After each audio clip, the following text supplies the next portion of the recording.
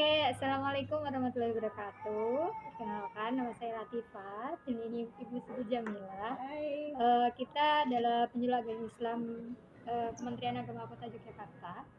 Jadi kebetulan kita ini adalah sesi kosong karena kita jaga MPP. Tapi bingung mau ngapain, jadi mungkin kita bisa bincang-bincang sedikit lah. For your information teman-teman, Ibu Siti Jamila ini adalah seorang selain penyuluh agama Islam Kota Yogyakarta, beliau juga adalah seorang konselor keluarga. Jadi beliau sering memberi bimbingan-bimbingan perkawinan untuk calon pengantin yang mau menikah. Beliau juga sering memberikan konsultasi kepada keluarga-keluarga yang mungkin sedang memiliki masalah gitu. Jadi mungkin kita bisa tanya-tanya sedikit kepada beliau. Sebelahku juga konselor muda loh ini. Bukan. Oke, mungkin kita awali sesi kita dengan membahas yang paling dasar. Kapan ya, bila mungkin dari teman-teman mau mengukur ya, kapan sekiranya orang itu dikatakan siap untuk menikah? Kapan itu? Gitu ya. Apakah ya? harus menunggu dia umurnya berapa atau gimana? Apa harus mapan dulu atau gimana? Iya, apa ya? Yang jelas sih sudah masuk usia nikah ya. Usia nikah itu kan kalau di undang-undang di regulasi Indonesia itu di di 19 tahun ya. Nah, itu kalau di bawah itu ya itu terhitungnya perkawinan anak gitu ya. Berarti dari usia itu sudah jelas gitu, di atas 19 tahun.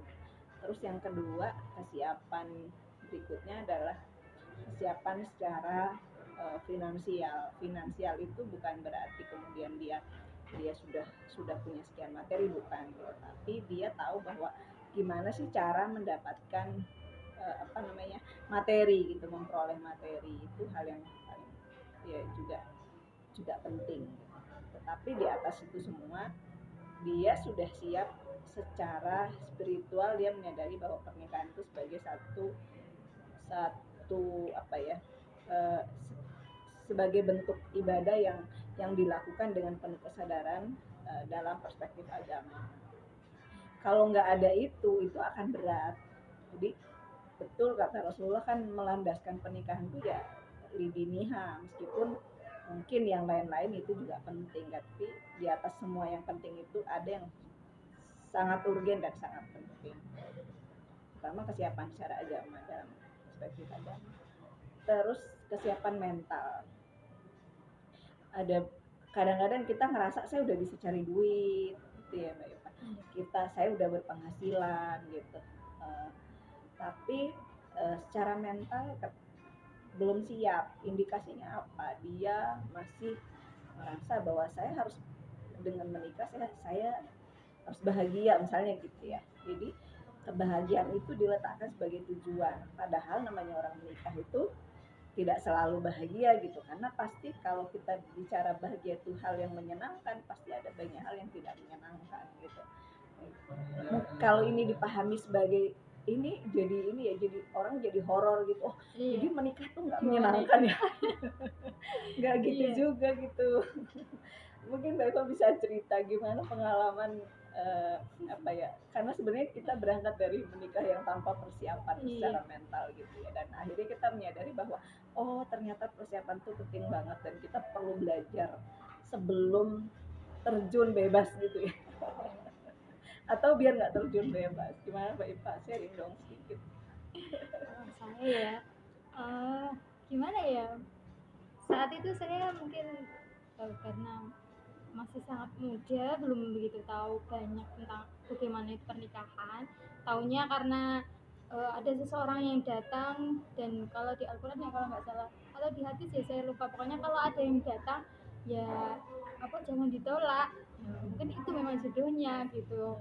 Mindset saya saat itu landasannya itu. Terus juga karena kebetulan ya tadi ya yang lidiniha fadfardidatitin itu pegangan saya juga itu, karena menurut saya, sepengetahuan saya, beliau itu adalah orang yang baik, dan menurut orang tua saya, menurut guru saya juga orang yang baik. Udah jalan gitu, tapi nggak tahu gambaran menikah itu kayak apa, terus nantinya gimana, itu sama sekali nggak Oh, jadi jangan dicontoh ya teman-teman. Jadinya terjun bebas Iya, gitu kan ya benar terjun bebas hasilnya. gitu. Iya benar-benar ya. Jadi kita semua ini pelaku terjun bebas teman-teman. Tapi jangan dicontoh ya teman-teman. Nah justru Bagaimanapun persiapan itu akan lebih, ketika kita mempunyai persiapan itu akan lebih baik daripada kita nggak punya persiapan, nggak punya bekal. nah ya, ya betul-betul ya itu tadi ya. Oke, makasih Mbak Iva. Itu saya kira nggak cuma Mbak Iva, nggak cuma saya dan hampir semua bahkan ya generasi di kita itu yang nikah ya nikah aja gitu.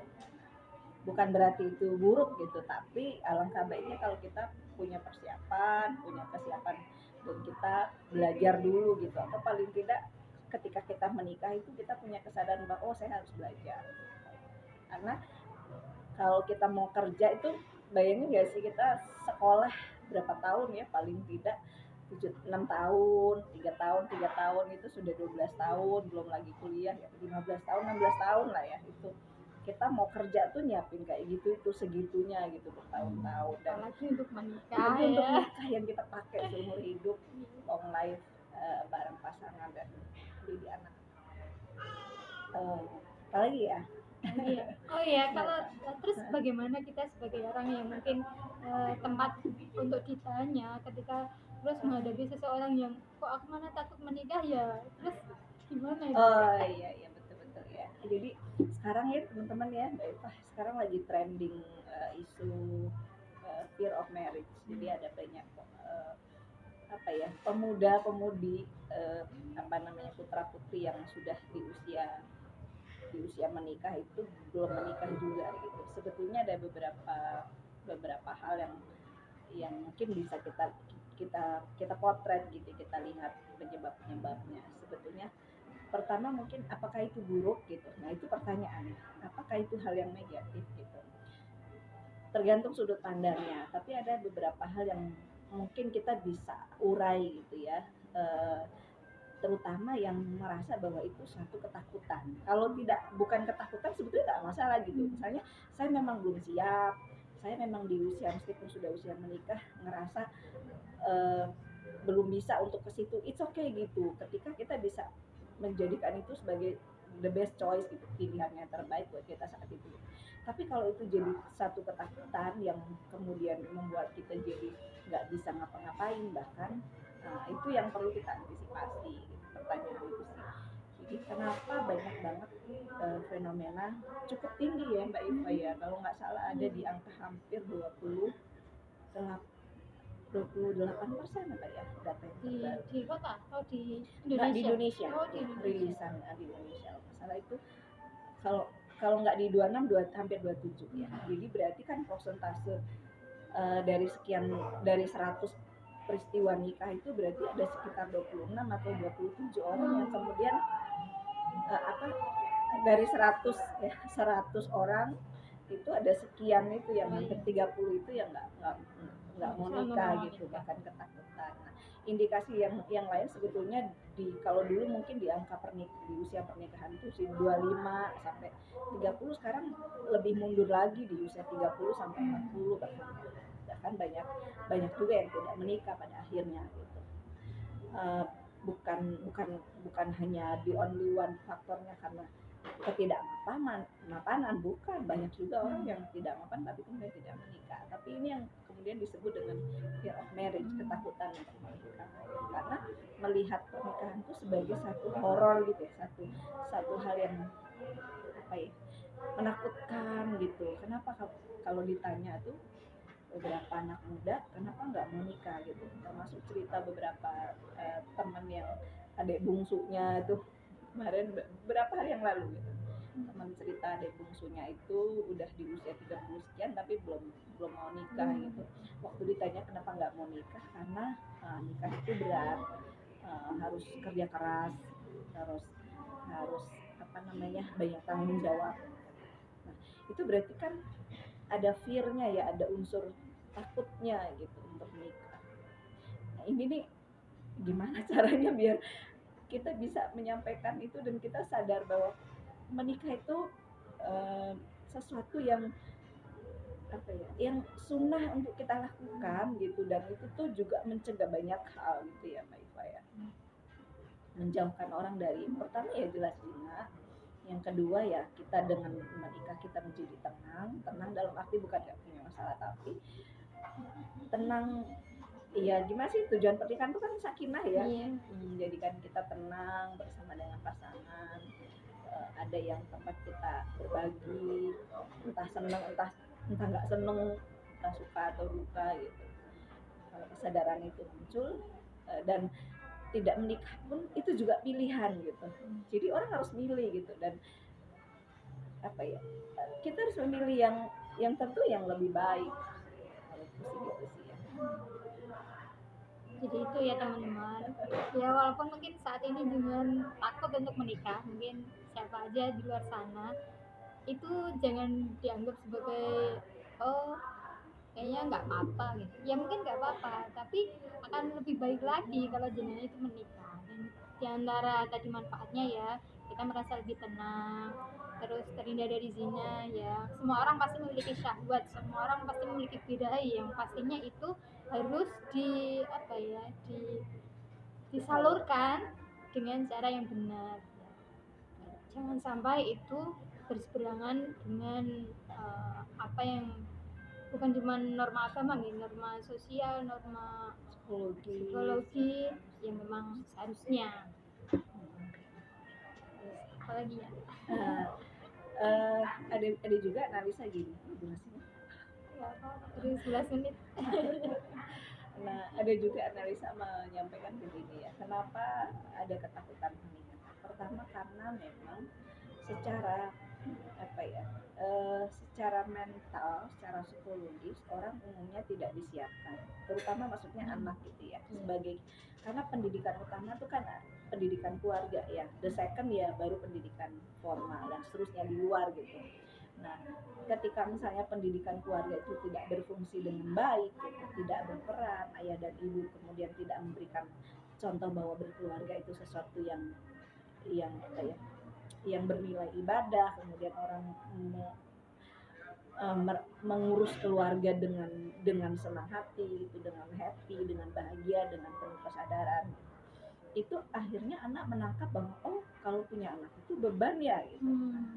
Ada loh banyak anak-anak yang, saya bahkan beberapa tahun lalu tuh, waktu anak saya masih umur sekitar 10 tahun ya, yang besar, itu dia tanya gini, mah punya anak itu susah ya?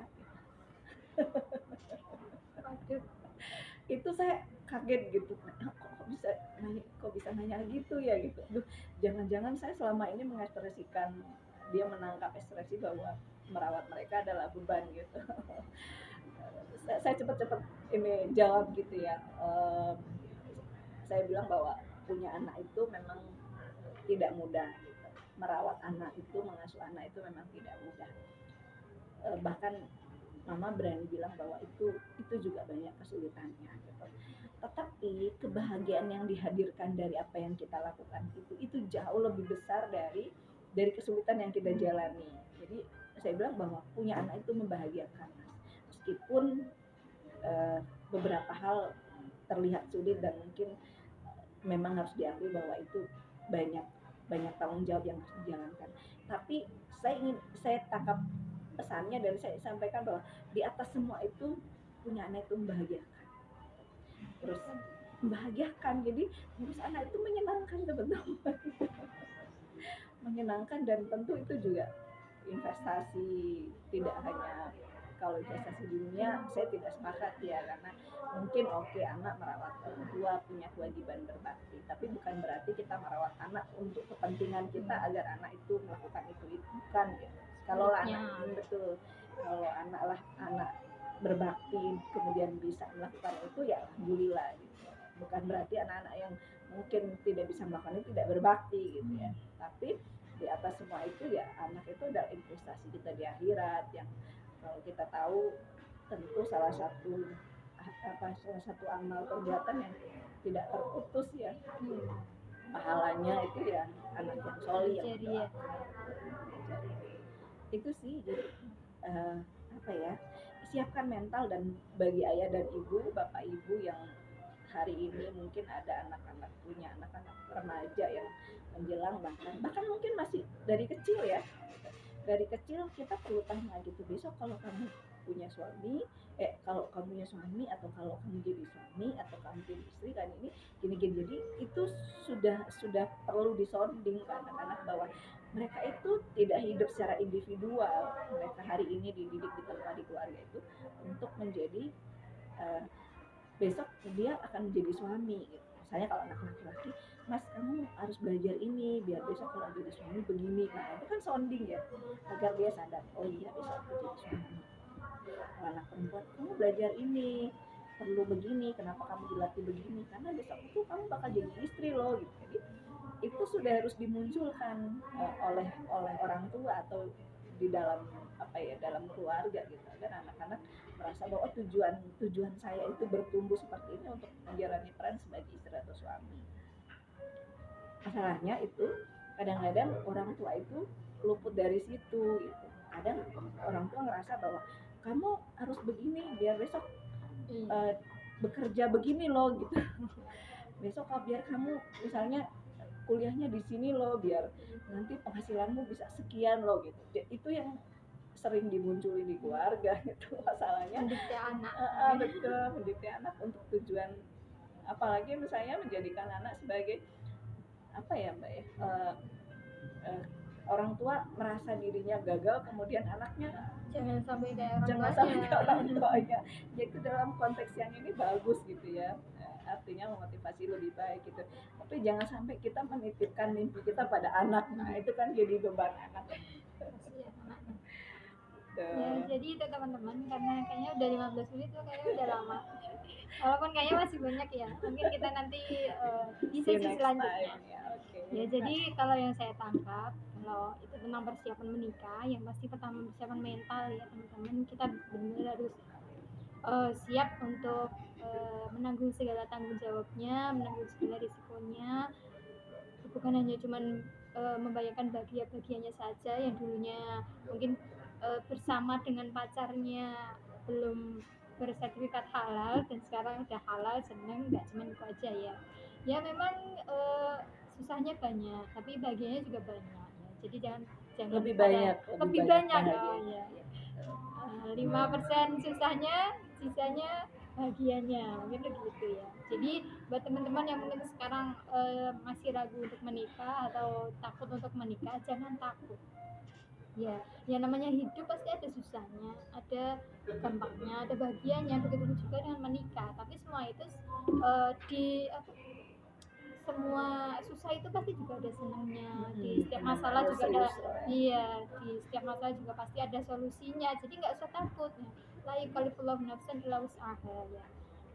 Allah tidak akan menguji suatu kaum kecuali itu memang sesuai kemampuan kamu. Jadi ketika Allah itu memberikan sebuah masalah kepada kamu, di saat itu juga Allah juga memberikan kemampuan kepada kamu untuk menghadapi masalah itu. Jadi ya udah, kenapa harus takut gitu. Nanti kalau yang lain pada gandengan halal, sedangkan kamu gandengan yang nggak halal, apa nggak ngerasa gimana gitu. Gitu ya. Terus apa itu tadi ya? Apa ya? Ya spiritual ya, secara ini agama itu jangan jadi landasan penting banget untuk kita meletakkan semua hidup dan mati ya, untuk kalau termasuk menjalani pernikahan berkeluarga. Jadi kita menjalani segala hal di dalam rumah tangga itu ya bukan hanya serta-merta untuk suami, untuk anak, terus kita kalau kita posisinya sebagai seorang ibu atau seorang istri ya, mendedikasikan diri untuk suami istri, kayak mengorbankan kebahagiaan kita juga ya kadang. Tapi di sisi itu ada pahala yang sangat besar yang Allah siapkan dengan semua. Jadi ya nggak akan ada yang sia-sia kalau jenengan mau melakukan semuanya itu sesuai dengan apa yang Allah tunjukkan. Oke, see you next time. Terima kasih. Apabila ada salah kata bisa dikoreksi di kolom komentar. Ya, kurang lebihnya mohon maaf. Assalamualaikum warahmatullahi wabarakatuh. Dadah.